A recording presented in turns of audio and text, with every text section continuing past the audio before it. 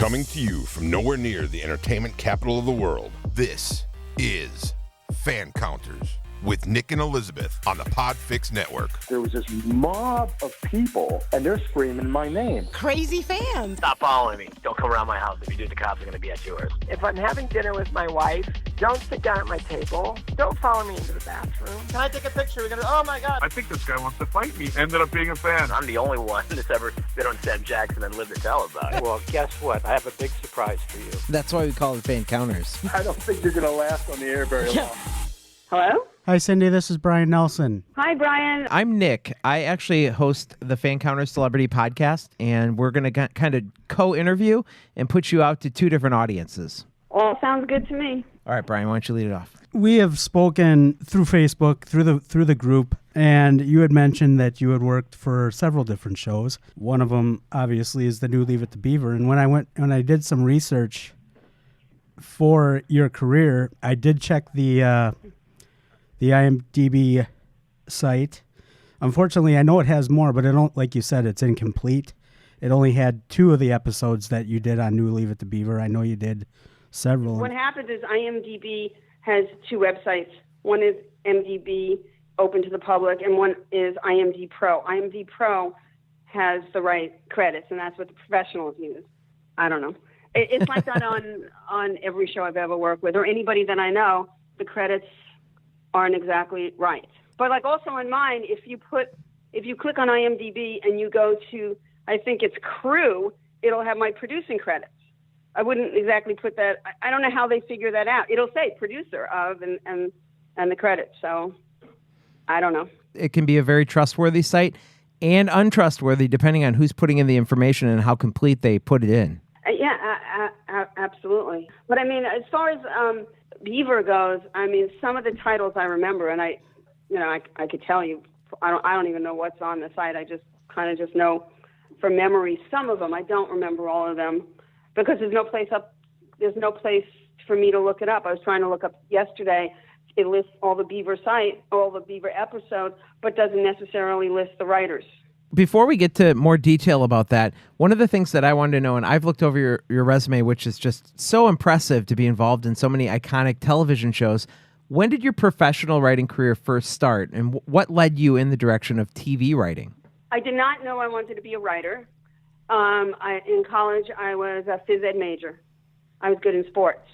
Okay. And I was probably always good in writing, but I don't think anybody would know that it was a career, especially if you're a kid. You know, what's funny is I just watched an original Leave It to Beaver episode where his teacher asks what the kids want to be, and Beaver says he wants to be a writer. So, I thought that was funny that's the one I picked to watch today. So what happened was when I was 17, I was at a women's liberation march, believe it or not. And I was picked. Somebody shoved me into a reporter, and I was interviewed on Eyewitness News. And so when I went home and I saw it, I thought, I would like to be a broadcast journalist. I just thought that was like the coolest job, that you could be behind the scenes and you can meet people. Mm-hmm. And then what happened was I joined when I went to college. I was a phys ed major, but I joined the radio station and the newspaper, and I started writing, and I really liked it. And I worked for a television station, small television station, and I did some reporting. And then what happened was TV news changed, where they started to do a lot of live reporting. Mm-hmm. And I could not memorize large chunks of things, and I kind of knew that was not going to be really a job for me as far as television reporting. So after I graduated college, I went to graduate school, and I wanted to do broadcast journalism, but the school didn't really have any of those classes. They had writing for television, media. So I took a class called Writing for Media, and in that you could write 30 pages of anything. And I picked a Laverne and Shirley script, which had just gotten on the air. And when I was a kid, I always liked I Love Lucy, and that was kind of the closest thing mm-hmm. to I Love Lucy. And there was a guy who came to class, and he was a producer. And I went up to him, and I said, I have this script, and could you give it to Gary Marshall, why I thought he knew him, why I thought he would give it to him. I don't know. And of course, he lied and said yes. So, but I was happy. I was like, so he took my script, and I never heard from him. So I called up information, and I just asked for Beverly Hills, and I asked for him, and I called him at home. Oh my gosh. Said, those are the days. Yeah, that's kind of for anybody that wants to be anything, you should do what I did. It's just you have to ignore the sick feeling in your stomach and do it anyway. So I called him, and he said, of course, yeah, I gave it to him. And of course I believed him.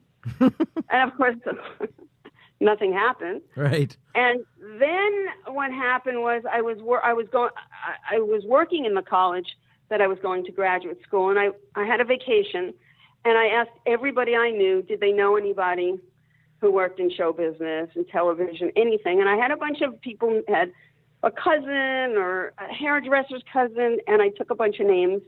And at that point, I think I had 2 scripts. And I was very confident that my scripts were really good.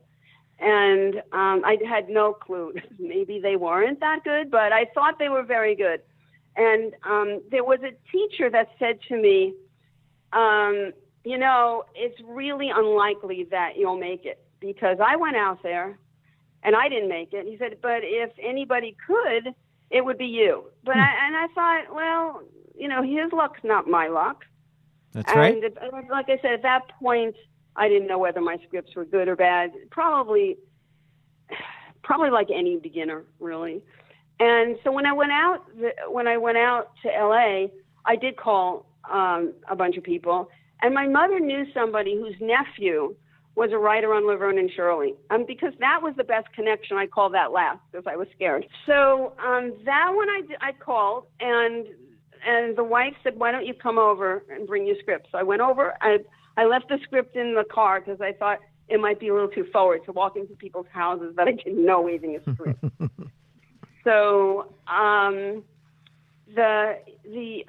husband, who was the nephew of my mother's friend, is a very, very well-known writer. His name is Babalu Mandel. And besides Laverne and Shirley, his partner co-created Laverne and Shirley, and they wrote Night Shift and Parenthood and Splash, and just hit after hit after hit.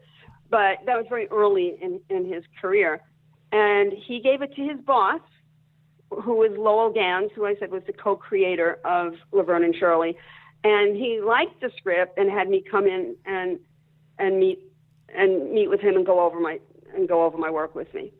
And I mean, that was a very exciting thing to me. So before I go on, that's the genesis of how I ended up wanting to be a writer and just kind of following some paths that I made up for myself. Nowadays, people have the internet, and there are a lot of writing classes in colleges, and they're much more savvy. I was, but the competition was less also. When I met with Lowell, he did not have my script with him, but he knew it. He knew scene by scene, which was absolutely amazing. Lowell is like a genius. To this day, I don't think I've ever met a writer as smart and as funny as he is. But one of the things he said to me, he said, you have no idea what a story is. He said, your story is about 5 different things. And he said, you need to have one theme, and you need to have a beginning, a middle, and an end. And the middle, you need to go, uh-oh, and a reason for people. That's, when regular television was very popular. It would be like a 2-act structure. You'd have the big commercial in the middle. Mm-hmm. We still have that, but there are a lot of different kinds of shows now. And so the and so he gave me notes, very detailed notes. So he actually gave me the clues of how to write a good script. He said, but what you have that a lot of people don't have is you're funny. And he said, you can't teach funny. People either are funny or they're not funny. So he said, you have that. You have the raw talent. So the other stuff he said you can learn. You can learn format. That's, So I went back home and I committed to being a television writer. And I kept writing. And I moved out the following year, I saved up my money, and I moved out, and I moved to L.A., and I lived in a fraternity house in the summer because it was really cheap, and the guys all go home during the summer. Where did you move out there from? I moved out from New York. Okay, that's what I thought. Yes, I moved out from New York, and I got my degree. I actually just had a thesis to write, and the thesis that I wrote was Laverne and Shirley, analysis of a sitcom.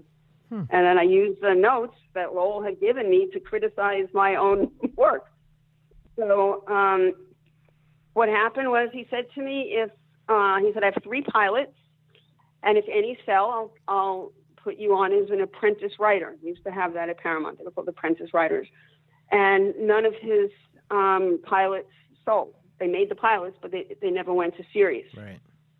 And then he had some other shows, and then it was a cousin that got on, and so then what happened was it was 10 months later, and I hadn't been home in 10 months, which is, when you're 24 is kind of a big deal. And I went home, and I felt very defeated. And I was still writing, and I had better and better scripts, obviously, because I was learning.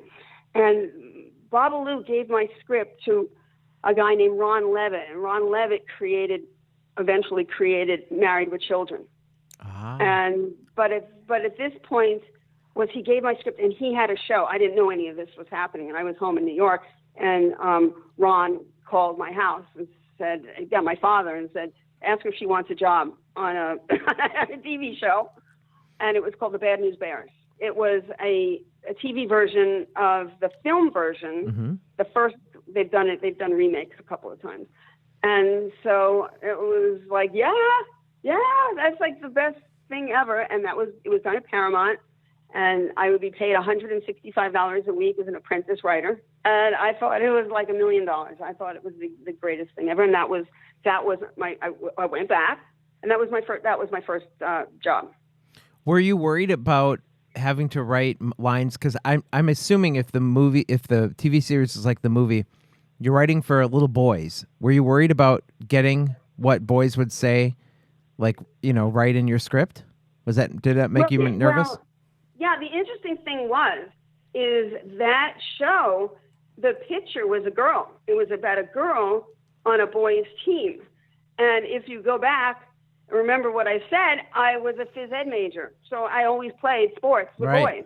Okay. So that was just one of these fluky things that was the one area I really knew and I knew baseball. I don't know it now, but I knew it then.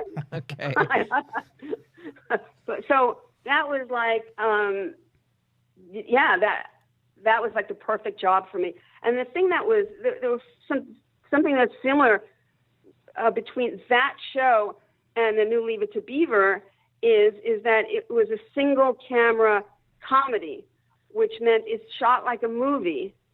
Not in front of an audience on location, not only on the stage, but on location. Mm-hmm. So they're very short scenes, when you watch a movie, it cuts to different things. It's done in a little different way. And I had no idea. I had no training. I had nothing. But remember, we were apprentice writers, and there were 2 other apprentice writers at the same time. And they taught you what to do. But, still, they give you a scene, they tell you what it's about, and you have to go off by yourself and write it when you've never written anything before. But they walk you through it. They so that you're not just looking at a blank page. They will say, in this scene, up at the top, somebody's cooking eggs. They will tell you but they won't give you all the jokes, and that's where you have to come up with the spaces. They'll give you a couple so that you could write to those jokes. So yeah, it's pretty scary. And then what's going to happen is after you write that, and you're given a short amount of time, you might be given as a new writer, maybe they give you 2 hours to do it or something, wow. 3 hours. Mm-hmm. That's very short. Very short. And then what's really scary, but of course I didn't know this was going to happen, is they're going to read it in front of all the writers. They're going to read your scene out loud. And so, you've written jokes and you hope that they're good, because otherwise you're with all these professionals. I mean, you're just thrown into the fire pit, really. You just would learn like that. But they were really kind because they came up.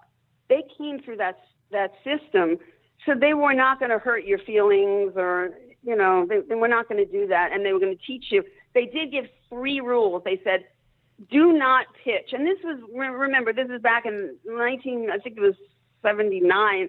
Do not pitch a Dolly Parton joke.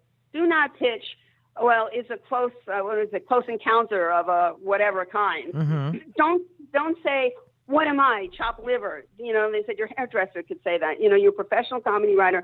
You need to find jokes that are professional. So, yeah, you got to really find that place within your own brain that really pushed you, because otherwise you were going to feel really silly when they read your stuff out loud. So the first time they read your stuff out loud, how'd it go? It went really, really good. And so then what happens is, if you hit and they really like your writing, they start giving you more and more scenes to write by yourself.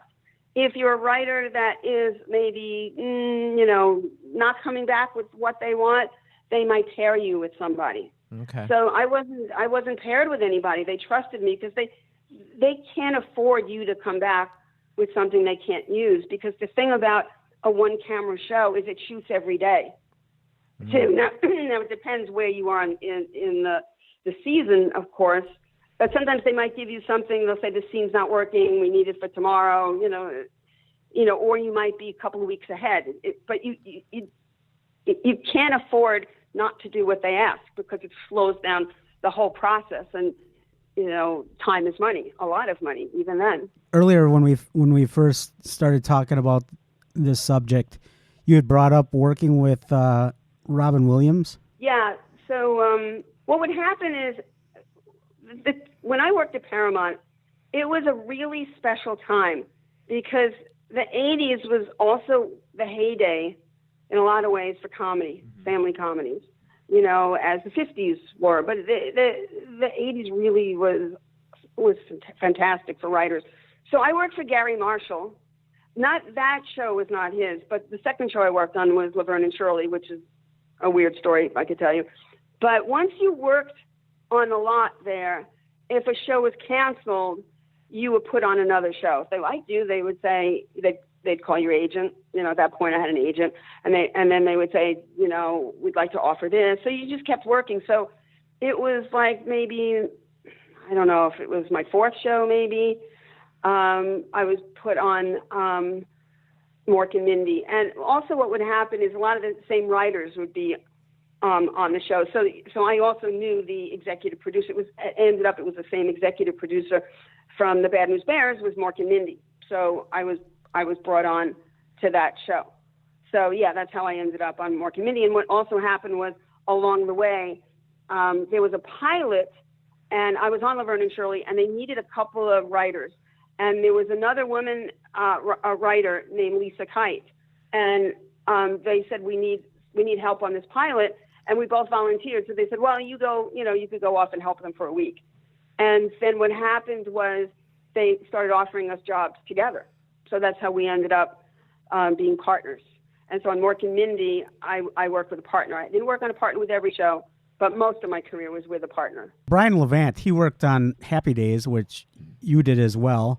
I'm assuming that's Mork and Mindy and The Bad News Bears. Is that how you got? I'm guessing that's how you got the New Leave It to Beaver writing credits. That's true. All right, and then you were working with Lisa Kite. You were talking earlier about how your writing was appreciated for the humor that was in it. Mm-hmm. Yeah. You know, when we interviewed Tony Dow a few weeks ago, he had brought that up that you stuck out for that very same reason. That's really nice. Yeah, and it was really neat. Yeah, nice. Is that Cindy? That's correct. Yes. Yeah, yeah, she's great. She's terrific. She had a writing partner. I can't remember what her writing. You remember what her writing partner's name was? Lisa Kite. Exactly. They wrote a lot of good shows. Cindy was a real kick. He's a doll. He's great. And yeah. The whole cast. That was the nicest cast of practically any show I ever worked on, I think. And the other thing that was fun about that show also was that it was allowed to be edgy. And that was in the original Leave It to Beaver also. The kids were allowed to do wrong things. Mm-hmm. There were jokes. There were things that, it was a crossover. Adults could watch it also, as well as kids. It wasn't like, it wasn't a babyish kind of show, and they also dealt with kids' feelings too, which is really good. But you could do real jokes. And so, yeah, I always liked humor. Definitely. I would say when I was a young writer, I definitely wasn't very strong on story, meaning like making a story make sense from beginning to end. And my partner was better at that. And she was also very funny. But us together, we were able to really, come up with good stories and good characters and jokes. So sometimes, it's good to have a partner because of what you lack, somebody else it might be their strength. Nobody does everything. What does that writing session look like when you're with a partner? Are you kind of both doing something on your own and then you come together? Or are you really going through the script? Okay, what would this person say? Who would jump in here? Are you doing it as a team or are you separate and then together? How does that work? Well, you know what? I think like most teams, we probably tried every which way to see which was the best way to work. And our method probably evolved over the years because we became better writers. So in the beginning, how we would do it is, they would say, come up with stories, right? So you're just sitting around and mostly talking about stuff that happened to you, especially if it's a kid's show. You would say, something like, my brother snuck out my tennis racket. And it was a very weird kind of brand. And then he broke it. And now he had to try to find another brand, the same thing, to put it back with me not knowing. I mean, that's a kind of an example. So I might say that to her, but I don't have a whole story, right? I just have that germ of an idea. And then, we start to talk about it.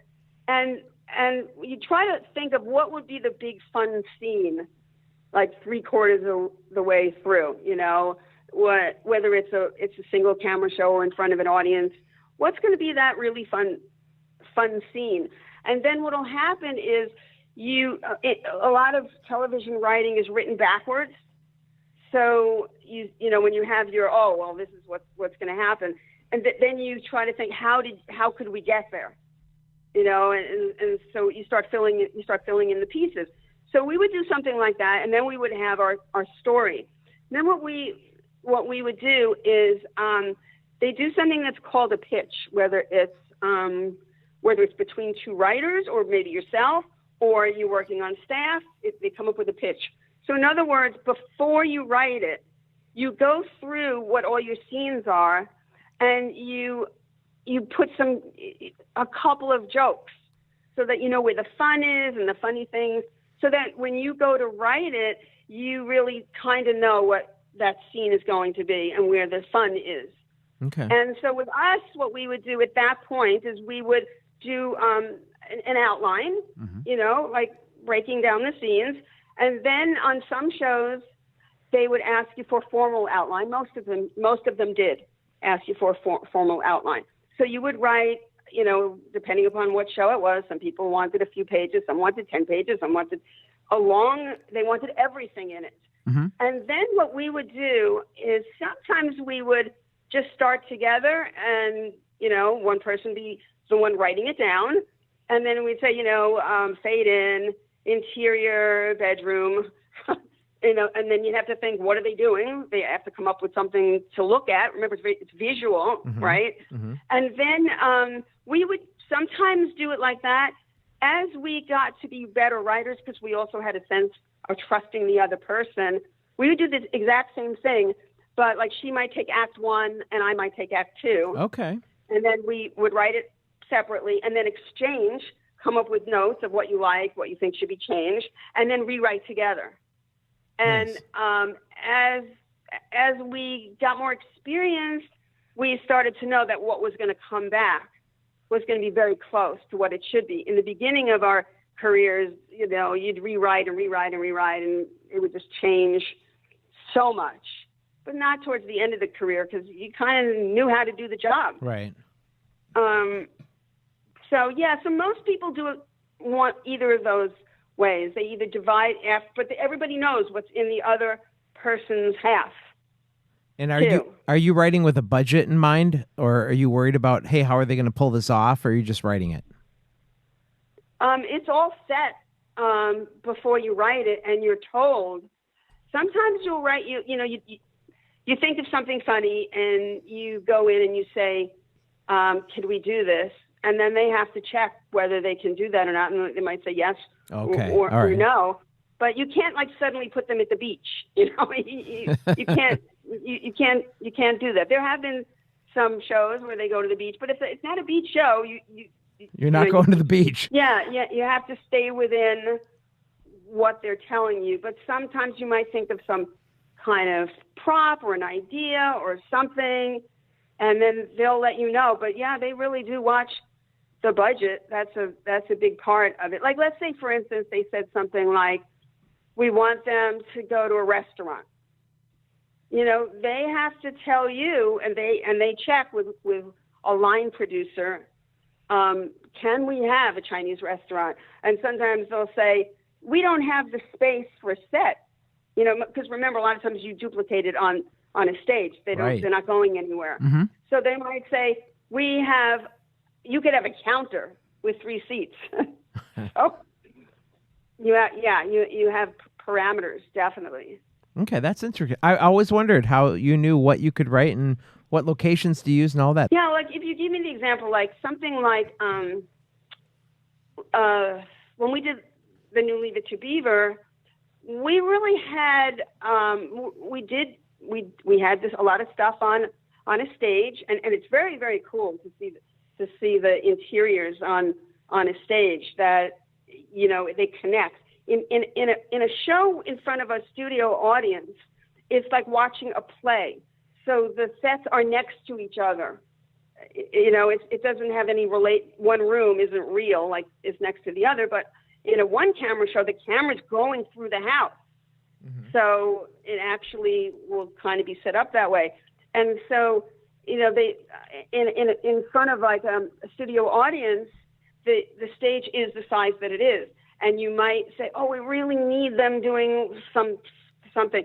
So they might have what they would call a swing set, and it'd be something that's temporary for that week. And again, it has to be budgeted. Sometimes they would say to us, we have to do a show.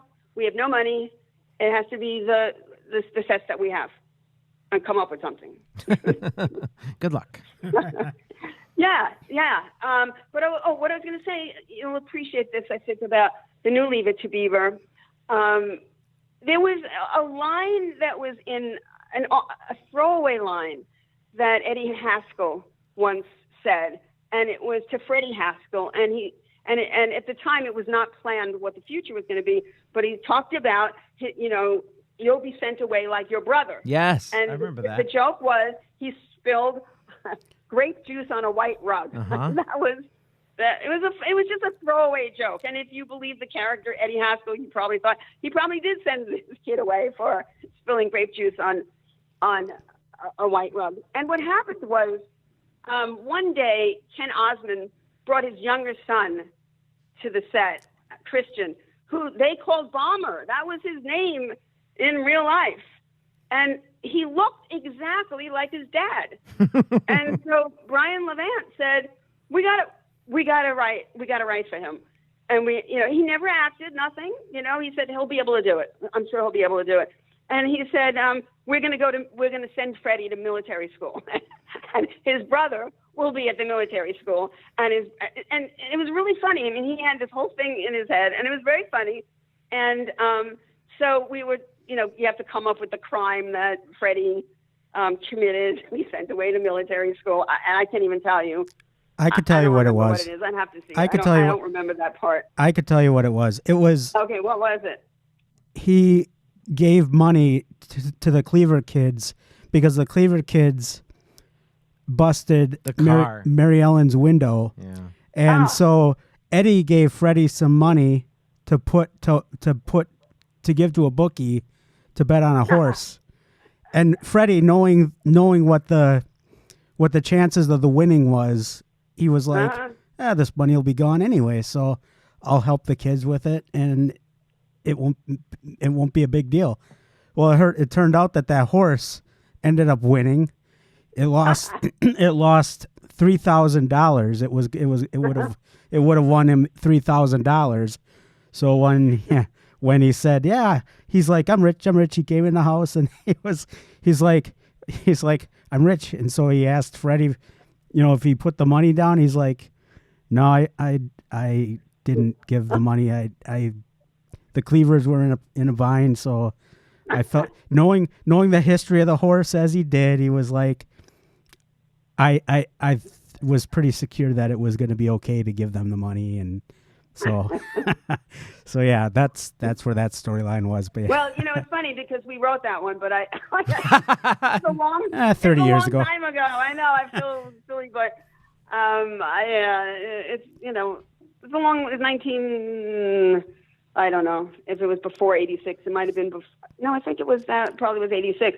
But what I do remember about it, which was really funny, was Brian said, let's get a bus. That we're going to put him on a bus, like this farewell scene, and like make it really like sad that he has his gear and he's going to go on the bus. So remember, it sounded really good. And then they hired a very young Christina Applegate, who was only 14 years old, and it's like, I guess some girl who sees him off, and he goes, let's make it rain.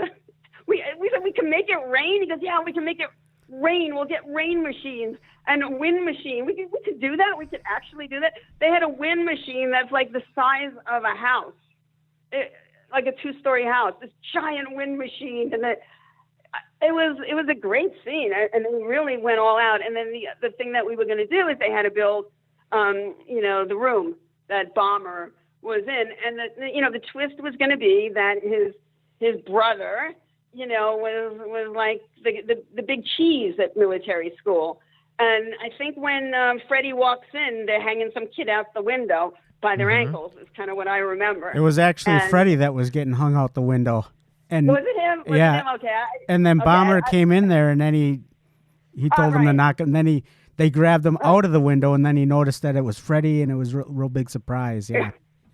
Right, and then he had like a little bar set up, right? That it was like, I think it was just like sodas or something, right? The Bomber had some. Yeah. It was really a cute episode. And the kids did, this kid had no acting experience, and he was really good. And he looked just like his dad. He looked just like him. He was a pretty young kid, too, at that point, I remember.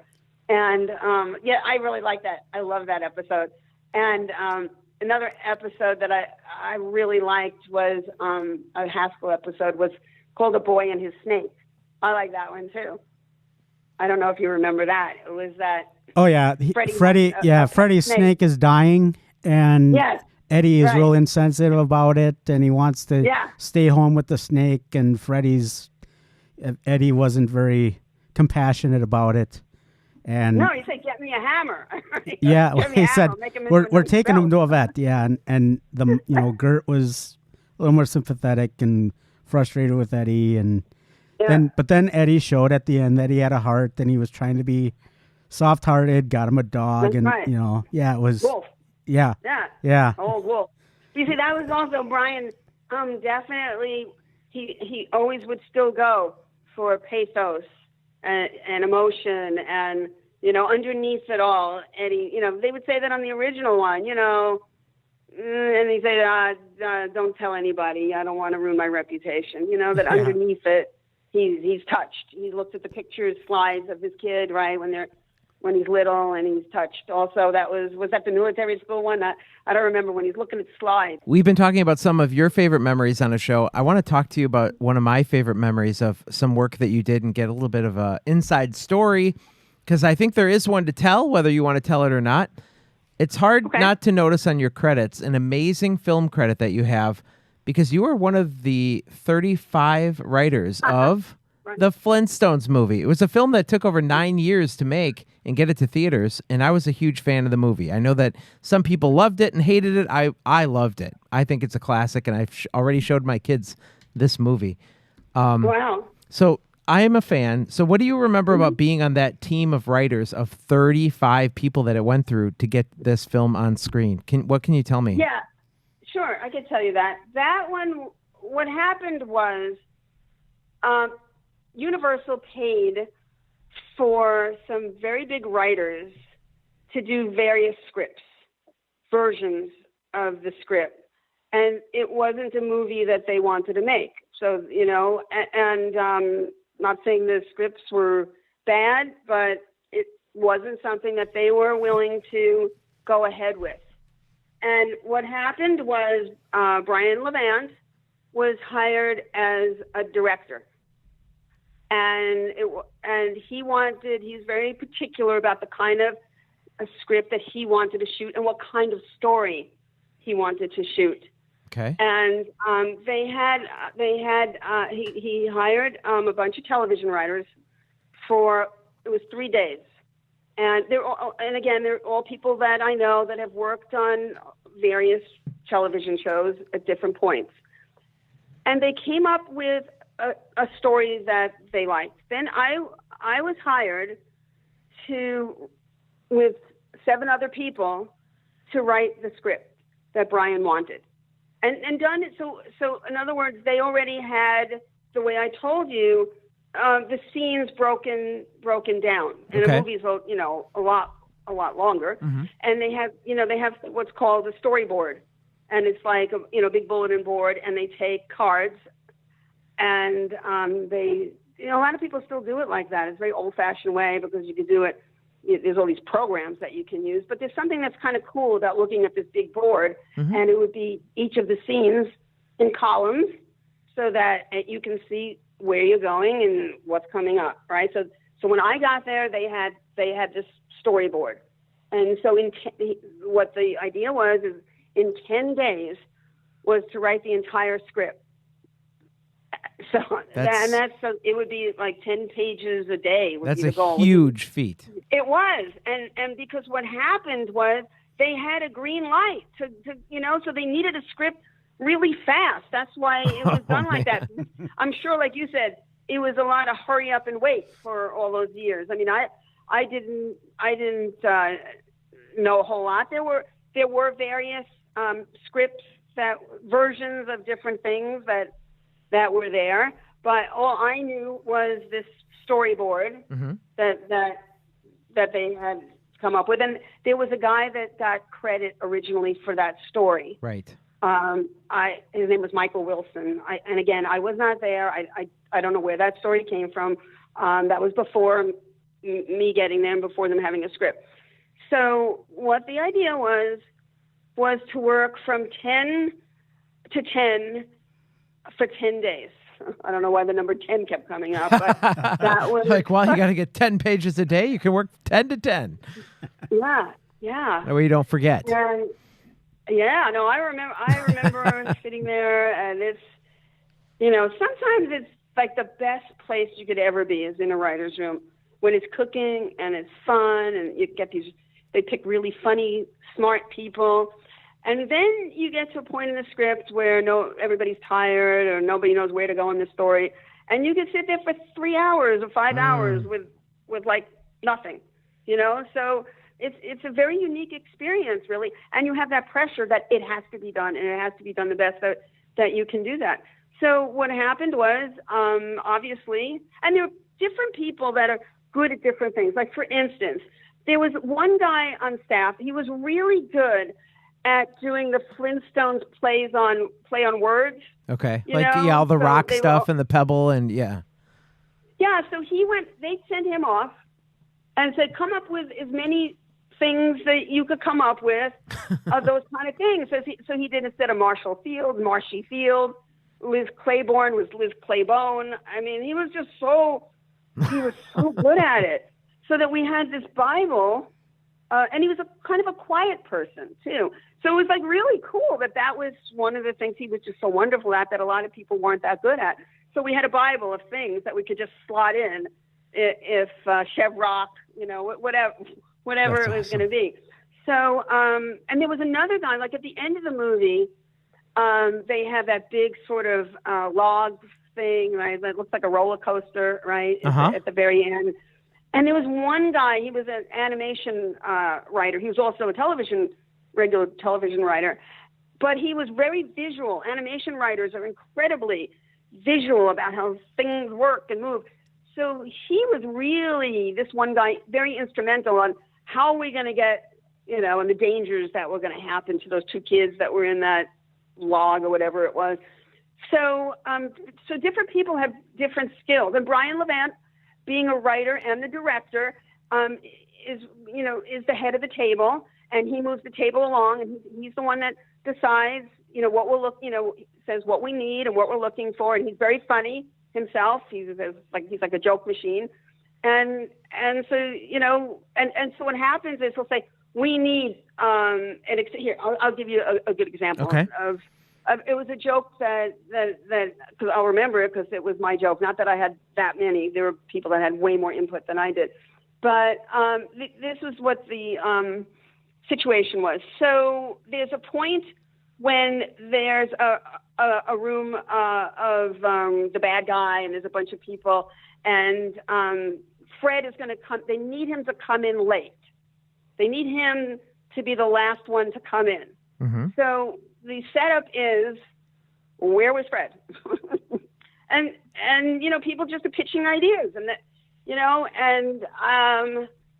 so I pitched, sorry I'm late, I ran over a nail.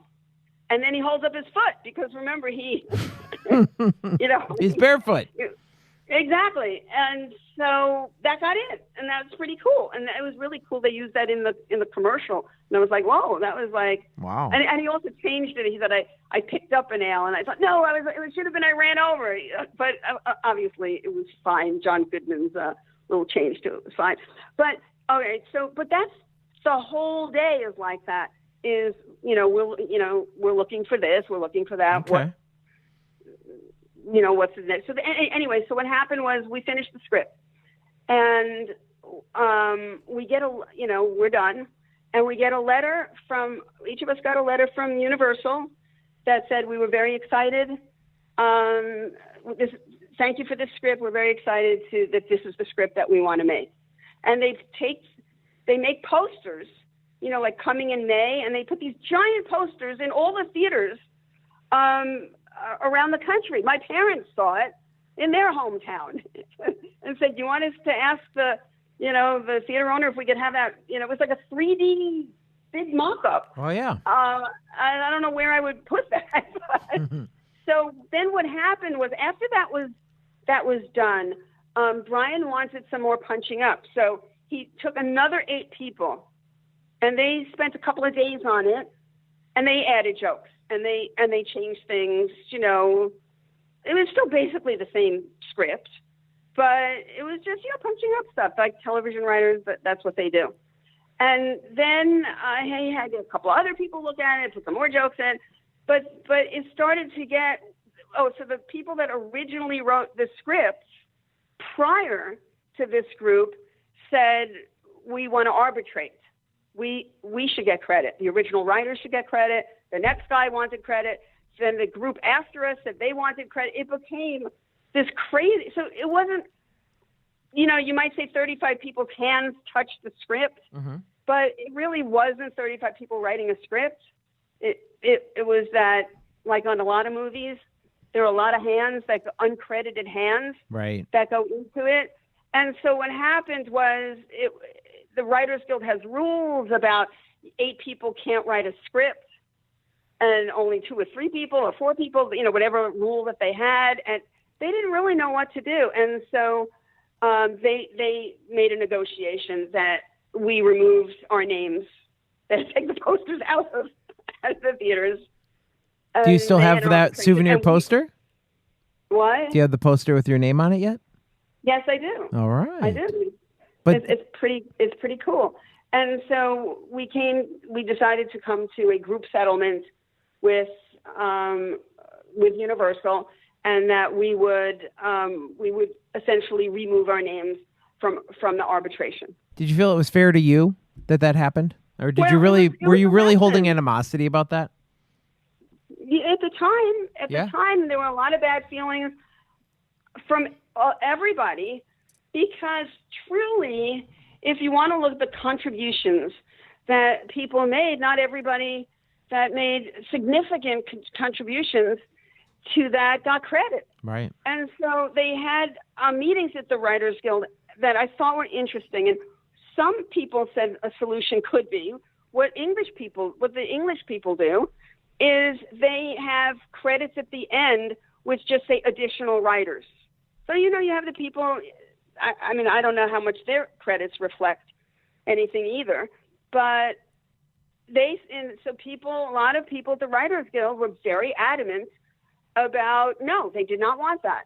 And what happens in arbitrations, a lot of times the original writers do get special treatment because they feel like, that's the person that started it. And then they have rules that if you've contributed 33 1/3%, then you get credit too. So a lot of times you'll see scripts and it'll say "and" rather than an ampersand. Mm-hmm. So "and" means that last person rewrote the people before them. Yeah. And then there could be uncredited people too. A lot of people, script doctors, and they could get $1 million and they will not have, but they know they're not. They're called writers for hire. And you know from the beginning, you're not going to have your name on it, but you're paid to do that. But that ended up, and nothing really changed since that. So the people know what it's like in television. This happens also. Somebody pitches a story, somebody else writes it, the staff rewrites it. The person that's name is on there doesn't have any contribution. This is usual, not atypical. And you all just feel like, well, it balances out somehow, Somehow. I have, everybody likes my script, but maybe I don't have anything in it. And then it's your turn. It's like that. So this was very similar. It was written television style, and it ended up that the credits do not reflect the contributions of the various writers that did have their hands on it. So no, I did expect you to have hurt feelings. I don't want you to think I was going in the direction of that you felt slighted and you weren't supposed to have. I would have expected that. That's why I was checking. Well, but you know what? We had the choice to proceed with an arbitration, and we chose to settle and just stop the process that was just not going to end up really good anyway. And so for me, it's a very wonderful memory. I don't have any, it's too many years. I don't have any bad feelings at all. I feel privileged that I got to work on a movie. I got to watch them shoot it. That was my next question. Did you visit the set? And what can you tell us about, I mean, it was so magical to see the rolling cars and the, all the special effects. What was it like watching this being put together? Well, it's interesting. One of the things that Brian Laverne says now is that was probably the last movie that was not just done all in CG, because now, computer graphics, because now they would not build. They built they built Bedrock. Bedrock, yeah. I mean, they had two different locations that they had. They had a quarry, and then they had another location where they had the facades for all, their houses, and it's mind-blowing. They had a life-size, the dinosaur that Fred, in the quarry is on. So that what they did with that is they had the head, and then they had the tail, and it moved, and then they didn't have the middle parts. Okay. And that, yeah, and it was. I have a couple of pictures. Oh, that's awesome. I should have taken more. I don't know why I didn't. I only have a couple of pictures of being on the set. And it was beautiful. It was incredible. Now the thing that was CG animation obviously was Dino running through the house. Okay. That's the only way they really could do that. But it was all real and big and fantastic.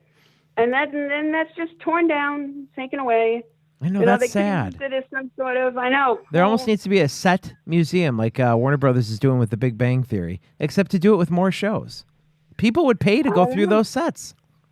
It's a moneymaker. I know. I thought it was very, very magical. So I only have wonderful memories of it, because at the time, like, you're a little annoyed and stuff, but that goes away when the other stuff is just so wonderful. Just to have that opportunity to work on a movie that was at the time, for many years, the biggest grossing movie of all time. Yeah, it was like $360 million. That was huge. Yeah, maybe it's like 11 now, or I think it's probably still in the top 20 somewhere. And then they did the sequel too. I remember, I did not work on that. I remember going to the set and seeing, Halle Berry, who I think nobody knew who she was then, thinking, wow, she's pretty. So that is one of your favorite movies. They recently had an anniversary showing of it in the last few months, and they had a panel with Brian Levant, and they had the cinematographer, and I think they had the set designer.